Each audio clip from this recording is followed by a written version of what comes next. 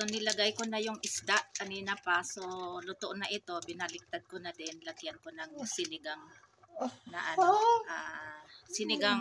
Ano ba ito? Yung powder. Tamarind powder. Ayan. Para maasim-asim. Lagay ko na lang lahat.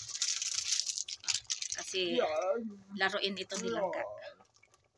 And then lagyan ko din ng asin.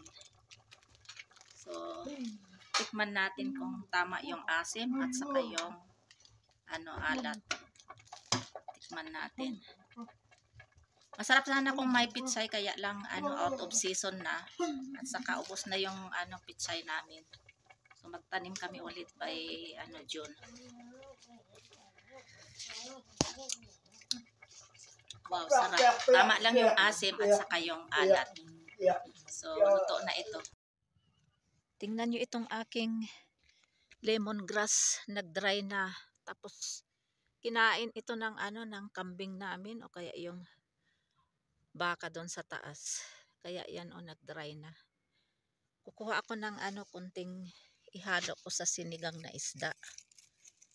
Ayan, pero by March babalik ito uli na magiging green uli.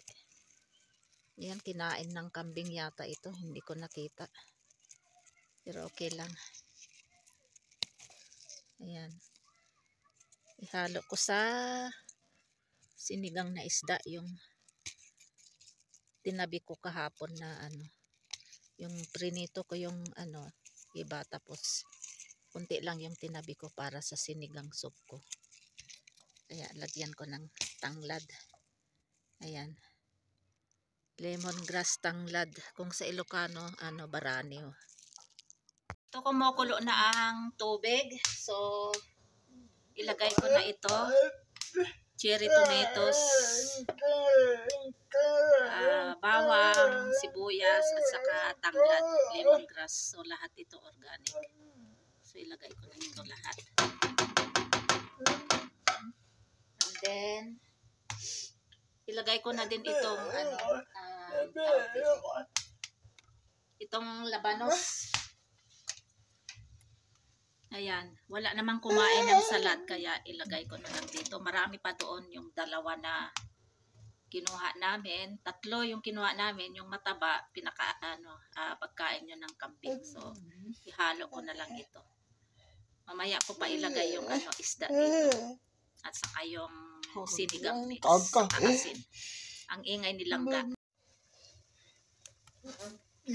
Lagyan ko din ng isang maro, yung yung parang patula siya. Tapos ito naman yung niluto nila kay. So kinunan ko ng isa para ihalo ko dito sa aking sinigang. So ito yung ulam nila pang lunch kasi mag 1 PM na. Pakistan time, tapos sinaluan ng patatas. Sila kaya ang nagluto nito. So pagkatapos niyang magluto, nilipat ko dito. And then hinugasan ko ito ulit at dito ako nagluto ng sinigang na isda. So ilagay ko na ito. Ayan. Ingay nilangga. So cover natin ulit ito.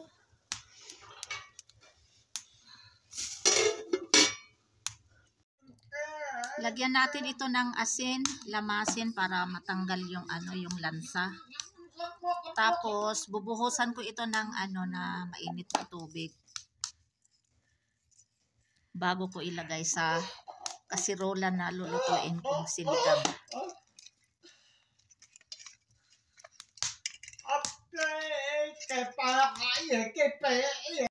So ito na yung nilamas ko sa asin.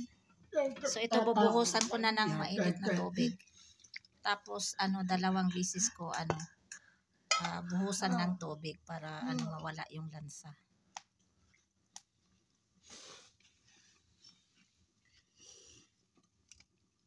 Tapon ko uli ito tapos buhusan uli ng mainit na tubig. Yung labanos at saka yung maro ay luto na, kaya ilagay ko na itong isda. 3 ulo ng isda. Tapos din may 4 na hiwa.